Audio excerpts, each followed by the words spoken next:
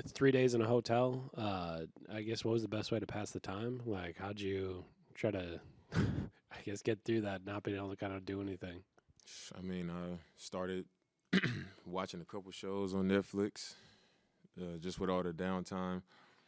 Each day, I just tried to get up out the room and go to the gym and just move my body around, so I didn't, get a little too stiff or my body get used to just not moving because we couldn't go to the gym or nothing like that. So I just got up, went in the gym, did some bikes some days, just like a lot of active exercises, and got a couple lifts in, just to keep my body strong and ready for when we did play. And other than that, I just rested a lot. I was in the bed, like I said, watching Netflix and hoping that we can get out of there. And today we was able to get out and come and get us another win. Getting out today, you don't get to leave until like the afternoon, Yeah. right off the tarmac to here. Just can you take us through that day? I think maybe you've done this kind of once with the Blazers or someone similar, right? Yeah, it happened once. We got snowed in. It was a back-to-back OKC to New Orleans, and we got snowed in after the game in OKC, so we had to stay the night in OKC, and we couldn't get out until the afternoon to head out to New Orleans. So we landed in New Orleans, I think, about 5 o'clock and went straight to the arena. We got to the arena probably 5:30, 5:45, and, it was even less time than we had today. Like, it was just like we had to get right to it. Everybody didn't have a shooting time. And we played that game, and we won the game, and we had to get right back on the plane and fly all the way back across the country to Portland. So I've had a few of those experiences, but today was different just because we had been in a hotel for, 4 days pretty much and not able to practice, not able to touch a ball, nothing like that. So it was different for that reason, but the mentality was the same. We hit the ground, and it was like we go into the arena, no excuses. We got to have our minds right. We got to do what we got to do, and we did that. And then you guys started 1 for 12 from the floor. How were you able to fight through that and not be discouraged and not think like we're too rusty, this isn't going to be our night? No, I think you just you got to continue to fight. Like I said, we haven't touched the ball in 4 days, so naturally the rhythm, your touch is going to feel a little different. Usually when you have a couple days between games, whether it's 2 days or 3 days, we at least practicing, and we in the gym getting shots up. So I think everybody kind of knew, like, eventually shots are going to fall. We just got to keep playing the game the right way and keep our minds in the right place. And I thought we defended well. Sometimes they just came up with offensive rebounds and they scored on second and third opportunities. So we just had to continue to fight the fight defensively and continue to trust it offensively, and the shots would fall because we got some clean looks. We just didn't make them. So we continue to, like I said, we continue to play, and we continue to battle defensively. We sustained our defense, and then the shots started to fall, and we took over the game. What was your reaction when you found out you were really 1 rebound shy of that triple-double? When they told me they took it away, I was just like, man, y'all got to get that rebound back for me. Because I went up there, me and Brooke both had our hands on it, but I came down with it. So I could see if it was like he got to it first and then he tried to give it to me, but I had 2 hands on the ball. And when we landed, I wasn't letting it go. So he let go, so I feel like I feel like that should be given to me. Just saying, it appears you had a really big game that night New Orleans when you had that. How have you been able to kind of thrive under these circumstances and be able to be ready when you're in these kind of weird situations? To me, it's a mental thing.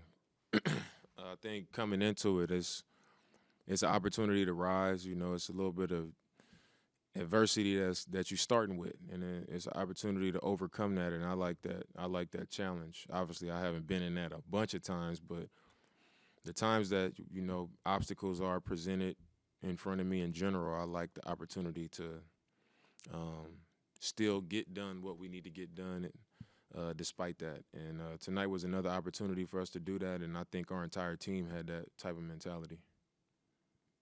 Dave, back here, Doc had said, Gary said that you, Giannis, like maybe some other guys were kind of at the top of the leading the way, kind of saying no excuse in that sense. How do you feel like that translates to the whole season overall, what you're able to do tonight where you have all these issues trying to get here and then able to kind of have a dominant win and How does that kind of translate throughout the rest of the season for you all?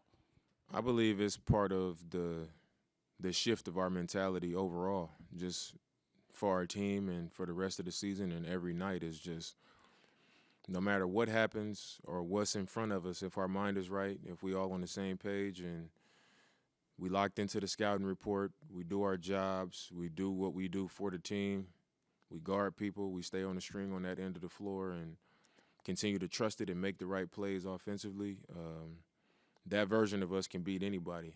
And I think we've been able over the last, I would say, 7 or 8, maybe 9 games, even for two quarters in the New York game, we had it. I think second half we fell apart. But for the most part, I would say maybe the last 9 or 10 games, we've shown that when we're that team, when we're doing those things, we see the results that we get. And I think we're starting to be able to hold on to that for longer periods of time, not just that it's been a stretch of maybe a week and a half, 2 weeks, but over the course of games. We starting games better. Obviously, teams are going to have a run at some point in the game, but I think we're able to deal with that and then kind of take the game back over and rest our starters sometimes at the end of games because of us having that mentality and that focus. So we just got to continue to hold on to that. Doc mentioned leading into the game and through this whole process that you and Giannis were vocal with the team about having to stay ready and getting the mindset that you're playing tonight. And I was just wondering how, that came to fruition and kind of where that comes from, that leadership within. I think when you the situation that we were in, the last couple of days is obvious, but you don't want the room to just be quiet and everybody to just kind of go out there and see what's going to happen. So for me, I just wanted to put that energy out there. Like, nobody going to feel bad for us. Ain't no excuses. I don't want to hear I'm tired or I ain't feeling like you got to take the opportunity for the team to even have that type of mentality away. As a leader of a team, you got to let the team know off the rip, like we not doing that. We not having excuses. I don't care about the flight. I don't care we've been in a hotel. Like you got to take that away from the team as a leader and let them know, like, ain't going to be no excuses tonight. We got to go out here and jump on them like we've been doing and, no excuses. If something goes wrong, we can't be looking at it as a crutch or nothing like that. We got to keep rolling and keep doing what we've been doing over the last couple of weeks, and we got to keep building on that so that we can continue to become the team that we want to become. And that was the thinking behind, setting the tone on that. And did you talk to Brooke after that rebound got taken away? Brooke, he was just like, I let it go. They should give you that. I was like, I know you let it go because I wasn't letting it go. When I jumped and I got 2 hands on it, I was like, my hands on it first, and I'm not letting go. So that was it. Can you take us through that three-pointer at the end of the first half? In that situation, how are you not being rushed through your shot?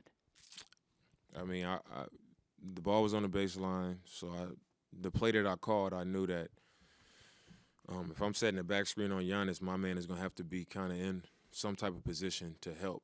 And I was actually going to slip out, but I didn't want to get caught like in a legal screen position with Giannis because he started to come down a little bit early. So I just eased up, and when I ran off the screen, I saw my guy.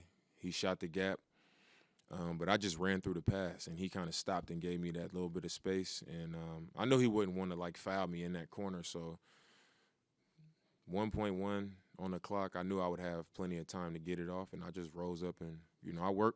In my workouts, I shoot those types of shots, at the end of the workout, fadeaways, quick release jumpers, contested jumpers. We do a lot of stuff like that. So in that situation, it's I ain't gonna say it was an easy shot, but it was a comfortable shot.